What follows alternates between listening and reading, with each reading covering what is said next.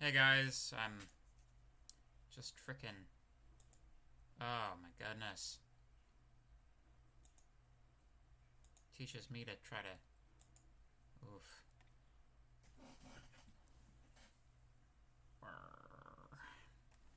Sorry guys, I didn't realize it was gonna be so difficult for me to log into Teams this morning, so. If you wouldn't mind just giving me a moment.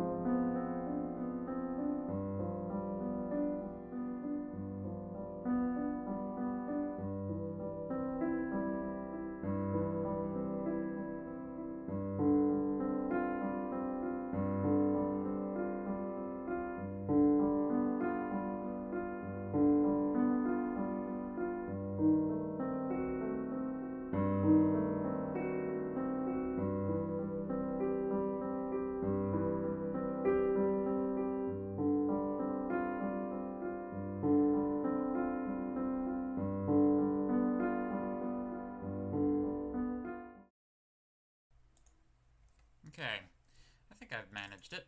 Let's see. Yep, cool. There we go. Maybe someone's already made the lecture chat thing. Nope. Lecture chat. There we go. Cool. So yeah, hi. If someone wouldn't mind using that lecture chat, just let me know you guys are alive. That would be appreciated. Yeah. Assignment 4 dropped yesterday around 11 a.m. So if you guys haven't seen that, it's now available to be worked on. So I would recommend doing that. Once again, the due date for assignment 4 has been pushed back to November 15th at midnight. So, there you go. Alive. I feel fantastic and I'm still alive. Boop. Greetings. Greetings indeed. So let's continue what we were talking about.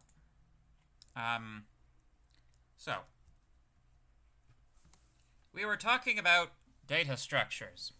We're gonna do some stuff that's not directly data structures related in the middle here. We're gonna talk about bitwise and 2's complement representations of numbers, which, you know, it doesn't really fit into its own topic.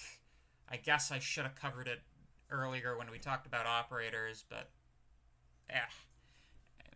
So anyway, we're going to talk about bitwise 2's complement, but we're also going to talk about structures, see what a structure is.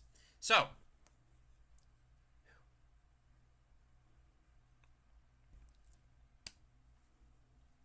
a structure is a way of grouping several variables together into a single data type. Structures are roughly analogous to classes in Python if you take away methods and make them less terrible. This creates a new data type. So this is a struct declaration. We are declaring a structure called customer. It contains 3 fields. We've got name, email, and pinball. In accordance with our previous example of data that we may wish to represent in our computer in a more rigorous and structured manner, so to speak. The alternative to this is, of course, using various arrays to store all of these things and, like, knowing that elements of the same index in each of the array is magically all data that should be grouped together. This is a way of enforcing a data policy. So, what do I mean when I say a data policy? Anytime you are making assumptions about what is the purpose of this variable, or like what other variables is the data in this variable relevant in the context of, these are data policies. And using structures, you can create things that automatically enforce the data policies that you are, in fact, you're using. You're just not admitting to yourself that you're using them. If they are put together in a more structured manner, then you have the ability to sort of lean on the compiler to make sure that the things are being used correctly, which can be very useful if it's someone other than you that's doing the modifications. Normally, people's data policies are all contained right in the middle of their brain. And of course, unless you take that information that's in your brain and release it to the world, nobody's going to know what the heck you're talking about. So structures can help in that way. So, the fields of a structure are accessed through dot syntax. This is another way in which structures in C resemble classes in Python. So, let's say we had an array of customers. And that array is 5 in length. This is how you would declare it. Notice that the struct keyword is necessary if you're referencing this is called the structure tag. If you're referencing the structure tag directly, you need to include the struct keyword here. If we have, and we have the array maboys. If we wish to populate maboys with some data, we go maboys0 dot name is equal to John Boring. Dot email is equal to johnboring@whatever.com, and dot pinball is equal to 100,000. You may also add data to a structure in something that resembles array syntax. It's like, if you think about it, this looks most similar to, in Python, how you can have multiple data types occur in a single list, right?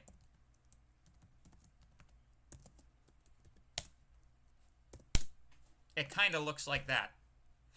However, one of the differences with structs is that the order in which these fields occur is the order in which these literals will be assigned into those fields. So you have to maintain correspondence between the order in which you state things here and the order in which things occur in the structure itself. So that's, one key difference. The other thing is, it's kind of incorrect to think of structures as being similar to arrays, because we're not really we're not using indexing to get at the individual elements of a structure. We're not even whether or not it's useful to use direct pointer arithmetic on a structure is, it's an exercise. It's not necessarily a useful thing. The thing that makes pointer arithmetic work over an array is that all of the elements in the array are the same size. They're all the size of the carrier type of the array. The problem that you run into with structures is that, what does +3 mean when you're dealing with 2 character arrays and an integer, Or you can even think of it, if you've got like 5 characters, then 2 ints and a float, +4, like the amount of memory that you have to skip to perform the pointer arithmetic is going to be highly dependent and variable on the carrier types of the variables that are within the structure. And, you know, it's just too complicated. Just use dot syntax. You don't really have to worry about accessing the individual elements of a structure using like pointer arithmetic within that structure. That's not really a thing that you'll have to worry about, at least in this course. So anyway, if you print this stuff, then you can dot syntax is used both for assignment and for access in the form of creating a expression. So yeah, you can also initialize a structure in a similar manner to an array, line 5 above. Yes, I already talked about that. There you go. Here are some quality of life improvements. We can avoid having to invoke the struct keyword when declaring a variable using our new structures. Simply include the following in the global namespace: typedef struct customer, customer. What this does is it takes these two terms and relabels them as this term. This is essentially this functions like a preprocessor directive where the code is scanned before it's being given into the parser. Any instance of this string used as an identifier is being replaced with these two strings, which are technically the syntactically correct way of going about it. So that's what a typedef does. You can also define a default structure variable as follows. So if you define your structure, and then before the terminating semicolon, incidentally, there should be a semicolon here. There should be a semicolon there. If you include a definition before the semicolon, this is automatically of type struct customer. If you wanted to include that elsewhere, you could do struct customer custdef none, none, and 0. That would be its own line. This allows us to use custdef whenever we wish to initialize or reset a record. So whenever we wish to, like for example, if we wanted to initialize our array of customers to all null values essentially, prior to use, we could do custdef, custdef, custdef, etc., etc. Or you could do that in a loop. Any questions so far? Bloop, badoop, badoop. I'll give people a moment to think of questions.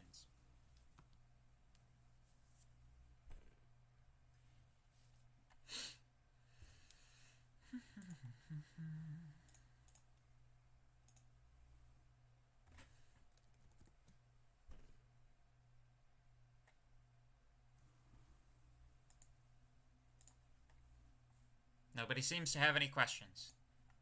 So, or maybe they're just typing them. I normally, jump ahead of people asking questions because I assume it takes 0 seconds to type a question. There we go. Do we define structs in the global namespace or locally to a function? You can do either. However, if you wish the structure to be usable inside of all of the functions, including main, then I would recommend putting it in the global namespace. Whereas, if you want the structure to only exist within the context of a particular function, then you could define it locally within that function's namespace. Ta-da! So, additional notes on structures. Structure members may be variables of primitive data types or aggregate data types, or aggregate data types include such things as arrays and other structures. I have another question. Do we need to specify initialization values? Can you just do struct customer x and then have default values as defined by custom def? No, you have to assign it manually. In the same way that if you define an array and do not provide an initialization for that array, it'll be filled with junk data. Same thing as a variable. If you define a variable but don't give it an initialization value, it's filled with junk data. In the same way, if you instantiate a structure and and you don't provide any initialization for it, it's filled with junk data. It's filled with junk data until you do something to initialize it. So, yeah, you don't. That's another instance of there being no free lunches in C. To my awareness, there's no way of automatically having a structure to initialize itself to 0. In the same way that there's no way to do that with an array. Like, hypothetically, I suppose you could define a function that did that and then call that function. But, you know, again, no free lunches. So, a structure may not contain an instance of itself. You can think, like, that should be obvious why that wouldn't be permissible, right? In a structure, if the structure contained itself, then, you know, it would be impossible to calculate how big that structure would be because that structure would be the size of the universe, right? Like, think about trying to compute the size of operation. If you have a structure that contains, like, let's say 64 bytes, and then another structure of the same type, that structure contains 64 bytes and then another structure of the same type, 64 bytes plus another structure of the same type. And you can see we're in, like, infinite recursion hell of structure definitions, and the size of that structure would be infinite because there is no termination point to that. However, that doesn't mean that a structure can't contain a pointer to an object of the type of itself.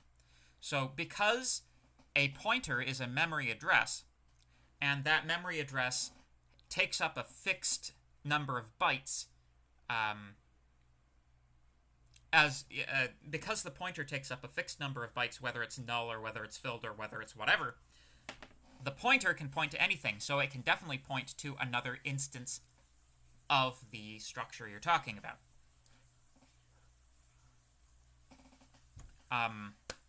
In fact, that's an extremely useful thing, as we're going to see once we get into things like linked lists, doubly linked lists, and trees, once we get into the sort of tail end of this particular lecture topic. Many advanced data structures, such as trees, rely on this. This is a recursive or self-referential data structure. I got a question. So there's no init from Python. I had to add spaces so the formatting wouldn't change.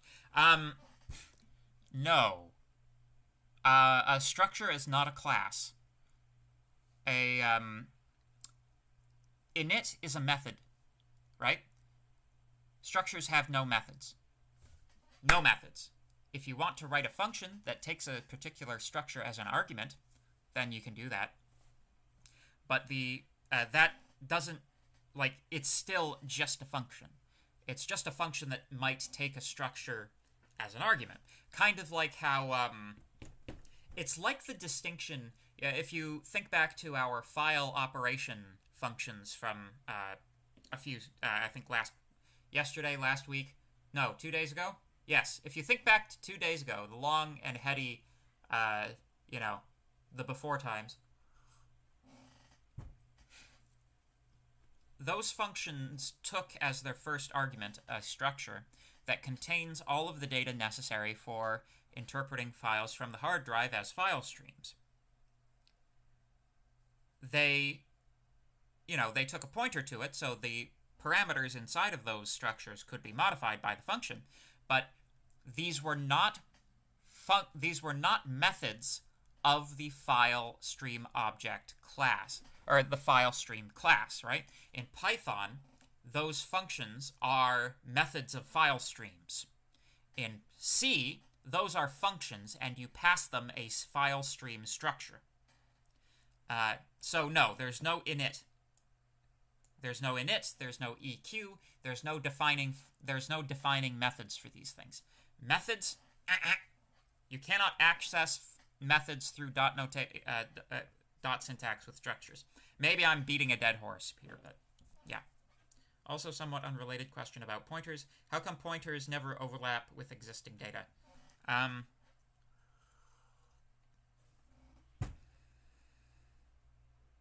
Like, are you talking about dynamically allocated ones? So when you dynamically allocate data to a pointer, the operating system will search for memory space that it has registered as being unoccupied. When you declare a variable, it does the same thing, actually. It finds a space in the memory where that is unoccupied and slots that variable in. If you are going through the correct channels, you never have memory space conflicts between things that you've declared properly. That's the purpose of the operating system, is to make sure that that doesn't happen. But I see you're clarifying your question.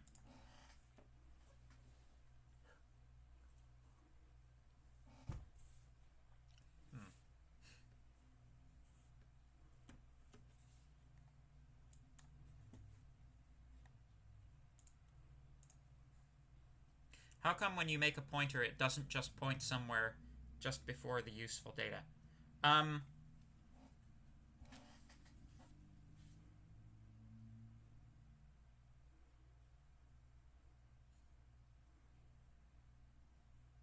How come when you make a pointer, it doesn't just point somewhere just before useful data, with the possibility of messing with the data nearby? So the answer is it kind of does. It can do that in some circumstances. So, for example, let's say you declared an array of size 5,000 and an array of size 3. If there's sufficient unallocated memory before the chunk that contains 5,000, we can imagine that memory would be freed by some other process. It could very well put in a pointer immediately before the 5,000 element array. You can totally do that.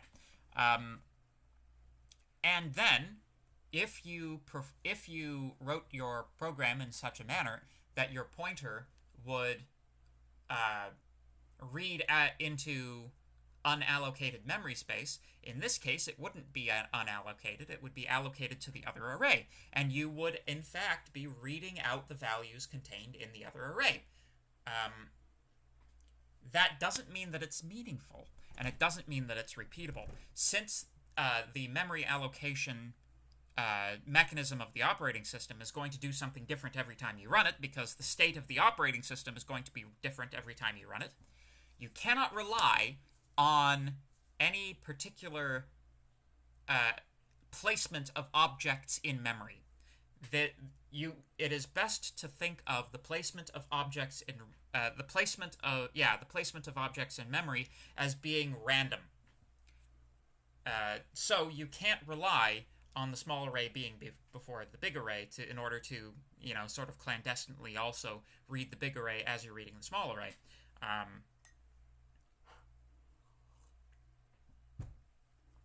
However, it might significantly delay the eventual outcome of a segmentation fault. So that's why seg faults don't always happen when you expect them to. Sometimes you hit data you're not allowed to read immediately. Sometimes it takes a little while. But anyway, hopefully that's a reasonable answer to your question. Cool. All right, let's continue. So, you may declare any number of variables after a structure definition, not just the default shown in the previous slide. So if you wanted to do a bunch of these, you could do a bunch of these. You may even omit the structure tag, in our case, customer, and declare all of your variables in the global namespace. So it's not actually necessary to name this. So what you could hypothetically do, and this might be a way of restricting access to the structure, is if you leave out this tag here, you can define a structure that is defined only for the variables that are declared immediately after it. Although why you would want to do that, I'm not quite sure. Maybe as a access restriction. So, unlike classes in Python and other object-oriented languages, structures have a relatively small number of operations which may be performed on them. Number 1, assignment. Number 2, address of. So you can find the address of where a structure is being stored in memory. Number 3, finding bit width with size of. So,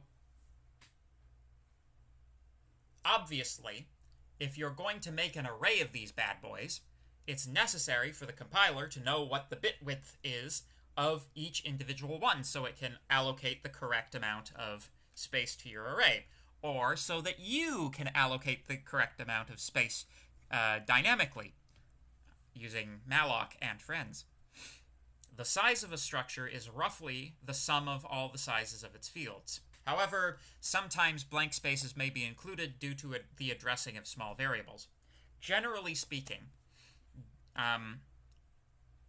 regardless of the size of the variable, the space that a variable, how to say? Generally speaking, variables are aligned to word size separations, whatever the particular word size that you're working with in memory is. So for if, for example, you were working with 32 bits as the word size in memory, then generally speaking, the variables would be aligned to the 32-bit marks, right? Which means that if you had a character, which is 8 bits long, the subsequent 24 bits would be allocated but unused space. So, and, it's highly dependent on your operating system and your kernel and all kinds of interesting and technical stuff that you guys don't have access to. The important takeaway there is that not all of your variables are necessarily going to be stored in contiguous memory space, especially if you consider, especially if you're using data types that are smaller than whatever the memory word size is. Characters are a good example. So there may be allocated but unused space within the structure's allocated space. So generally speaking, the size of a structure is going to be greater than or equal to the sum of all of the sizes of all of its fields. There you go. Note! These are operations on variables of the structure type, not fields of the structure. Yes. So, when I'm talking about all this, I'm not talking about the fields. The fields you can use just like regular variables. You can add, multiply, subtract, divide, whatever. I'm talking about the structure object itself. So, my boy's 0 with no field specified. For those, you are able to do assignment, address of, and size of. So there you go. Are all the fields of the struct allocated contiguously? That's a very good question. Yes, generally speaking. A structure is dealt with as if it were a single block of memory, generally speaking. If you take on board all of that stuff I was saying about allocated but unused space that's sort of sandwiched between small fields with small bit widths, yes. But yeah, in general, structs are stored in contiguous memory space, and I believe in the order in which they occur in the structure. So the first piece of memory space would be the first field, the second piece of memory space would be the second field, etc., etc. There you go.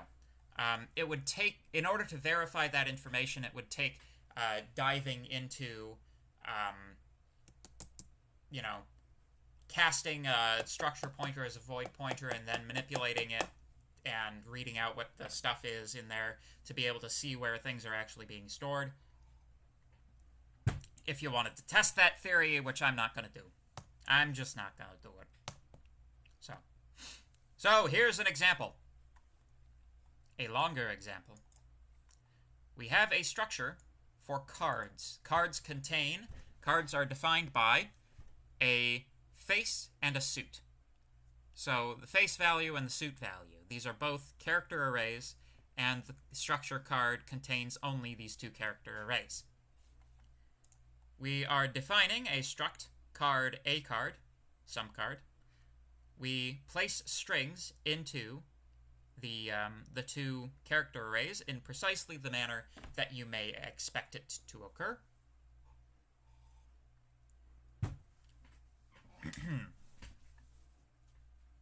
And then we can have a struct card pointer, which is given the address of a card. There you go. We can then printf a card.face, of a card.suit, card pointer arrow face of card pointer arrow suit, and dereferenced card pointer dot face of dereferenced card pointer dot suit. So this is a demonstration of how pointers work with respect to structures. So we're going to introduce here one additional operator. Structures plus pointers equals love. We've got this arrow operator now. Arrow operator, first time you're ever seeing it. If we have defined a pointer to a structure, we can access the fields of that structure directly without skipping the dereferencing step by using the arrow operator. Really, what's going on is that arrow is syntactic sugar for the dereferencing operator plus dot syntax access of the field. So dereferencing plus field access is the same thing as the arrow operator. X arrow y is equal to x dereferenced dot y. There we go. I won't belabor the point. In the previous example, you may have noticed a pointer to a structure type. When you have a pointer to a structure, you access the fields of the structure pointed to using arrow. This is syntactic sugar for pointer dereferencing and field access combined into one operator. It is almost always more efficient to pass structures by reference other than value. So that should make sense, right? If you think about the amount of memory space that needs to be allocated in order to pass a structure by value rather than by reference, you'll see that like passing a single pointer in is drastically reducing the amount of data that needs to be duplicated. However, structures are not considered, structures are not similar to arrays in that sense. Arrays are pointers, right? We consider anything that's declared to be an array to be a pointer. That we just, we have certain syntactic sugar for allocation and dereferencing according to indexing. However, structures behave more like primitive types. If you pass a structure into a function, unless you have specifically made that a pointer to the structure, it's gonna actually pass the thing by value, which is interesting, because passing it by value can be a really inefficient thing.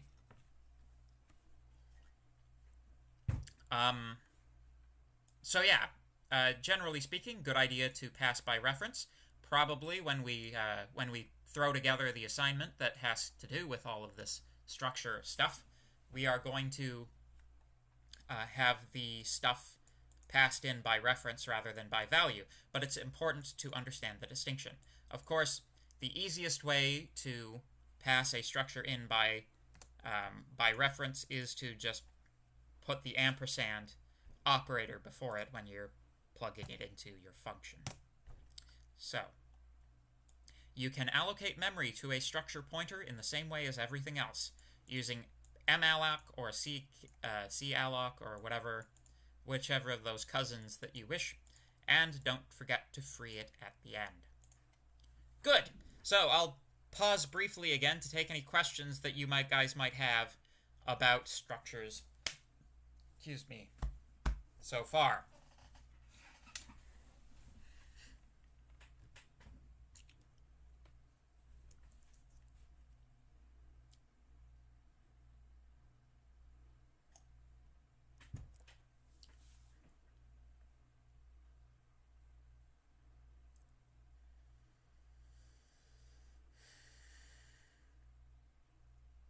I'm making bread today.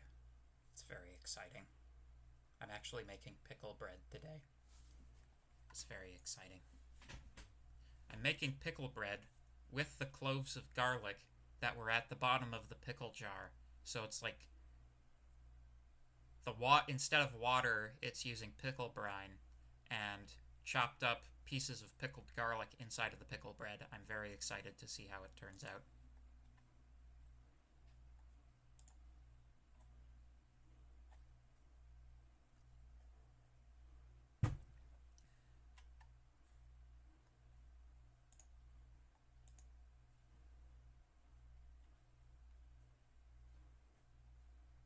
Anyway, it doesn't seem like anybody has any questions, so yeah, cool. That's what I'm going to do from now on, is whenever I'm waiting for questions, I'm going to describe like some of my culinary ambitions. Anyway, so let's talk about bitwise apropos of nothing. Bitwise operators will become very important when you start working with embedded systems, so let's review them. We've got bitwise AND, bitwise OR, bitwise XOR, bitwise left shift, bitwise right shift, and bitwise complement. Bitwise means by the bit, where individual bits are the values under consideration, as we shall see. So, AND. Bitwise AND may be thought of as the application of a logical AND gate to each of the bits in the two operands sequentially. Common C applications include bit masking. That's also a reasonably common embedded systems application as well. So, for those of you who have never seen Boolean logic before, if you have two elements, x and y, and you take the AND operation of those two elements, the only one of those for which 1 is returned is the case where both x and y are 1 to begin with. If either of these arguments is 0, then the result will be 0. So, and this is what the transistor symbol for an AND gate looks like. This is what the digital electronics symbol for an AND gate looks like, and this is what an AND gate looks like in terms of transistors and resistors and all of those electrical type things.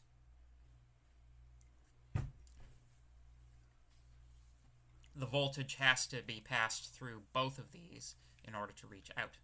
So, if we have a variable which is 00110011, and we have a variable which is 01010101, the bitwise AND operation of these two variables will become 00010001. You can see by lining it up that it's just taking this truth table and applying it to each bit in the number sequentially.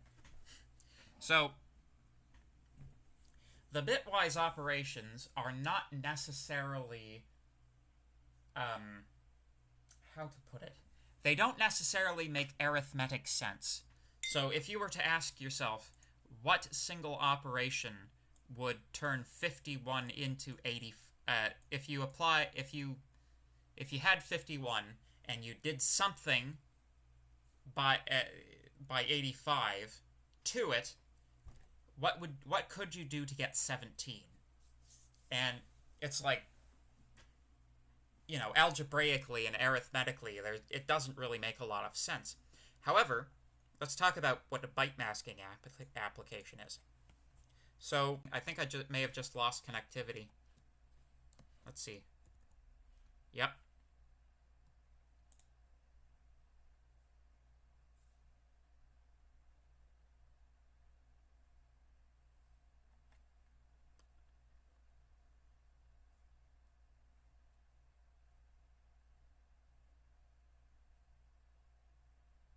Okay. Looks like we're okay. Good. Okay. Good, good. We did lose a little bit.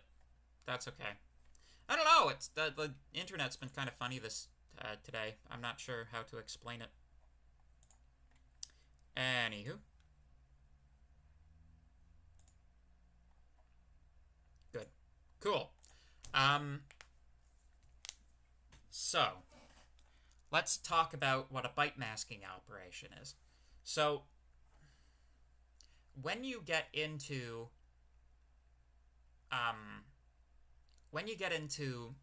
embedded systems, you're going to find that you're going to be needing to perform operations on the individual bits of, like, performing operations on individual bits is going to be a thing you're going to have to be comfortable with.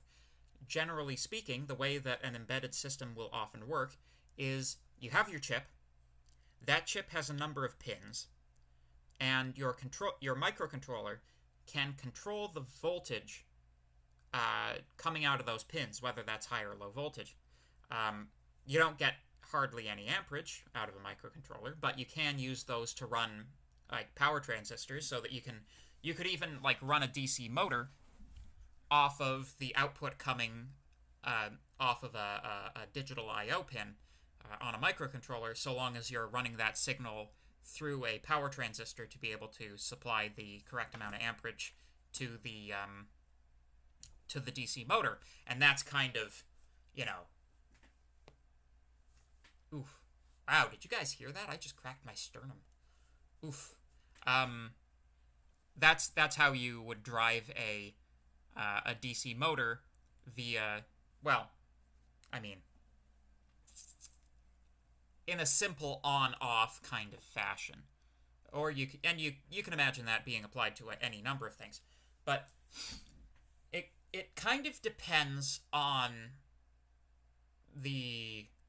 it strongly depends on the chip manufacturer. But in some instances, what you have is you have registers that are inside of your microcontroller that each bit in a register will drive a different pin, right? So it becomes useful to be able to select certain bits. So, for example, let's say you had an LED that you wanted to blink, and you wanted that LED to blink at a certain frequency, right? An easy way, like the hard way of doing that, is having a counter that's constantly incrementing, and you're using logic to tell when the counter has reached a certain value, and then when that counter has reached that certain value, you send a signal to the digital I/O pin, which turns on the LED, right? And you can control that with logic. The easier and simpler way of doing that is to have, like, every cycle you just have that counter increment, and you don't worry about it overflowing, and then you byte mask that number to look at a single bit in that integer.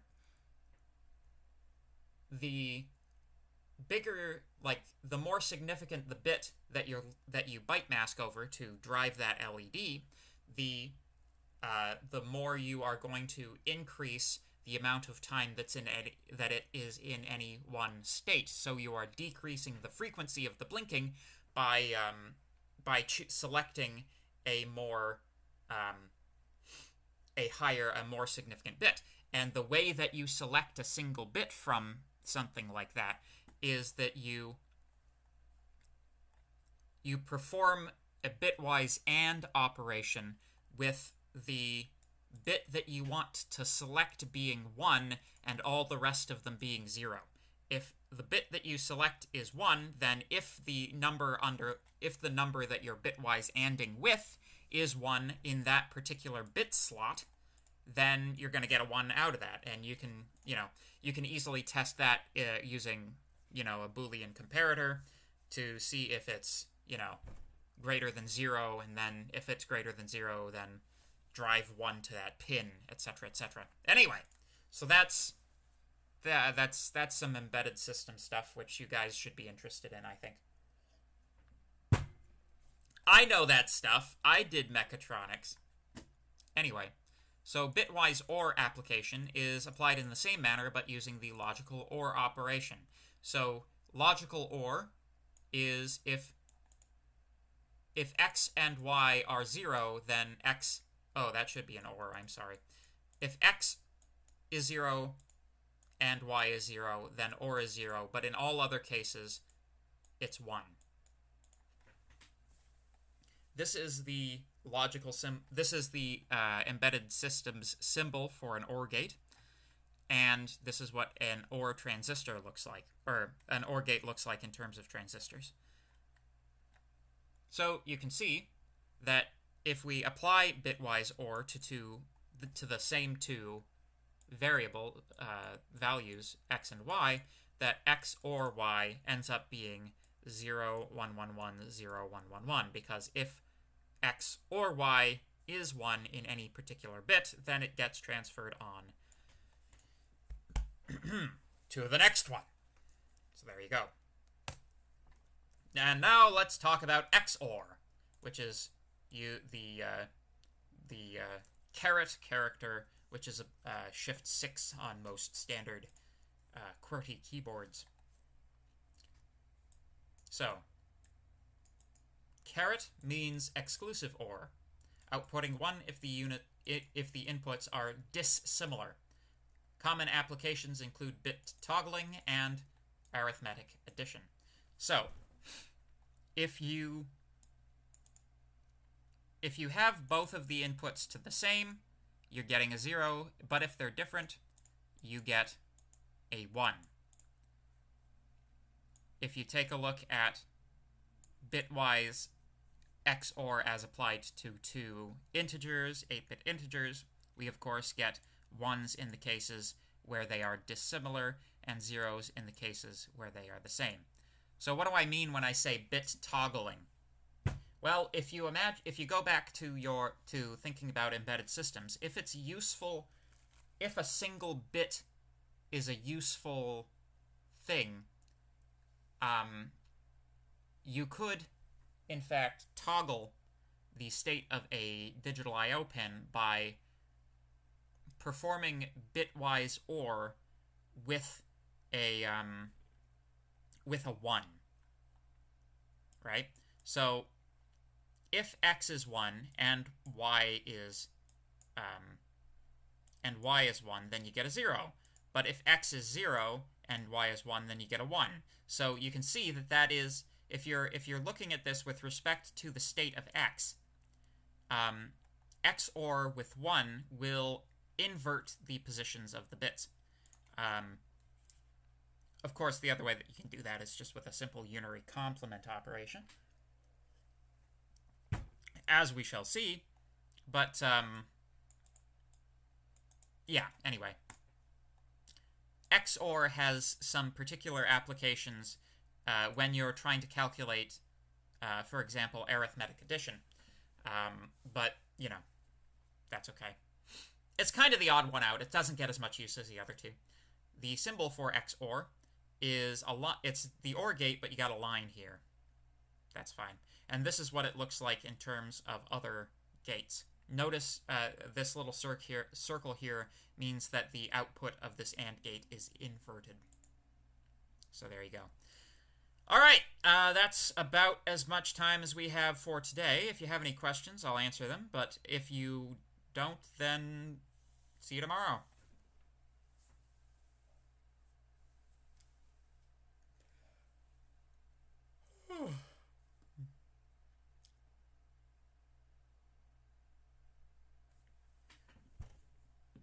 In either event, I'm going to go get some lunch.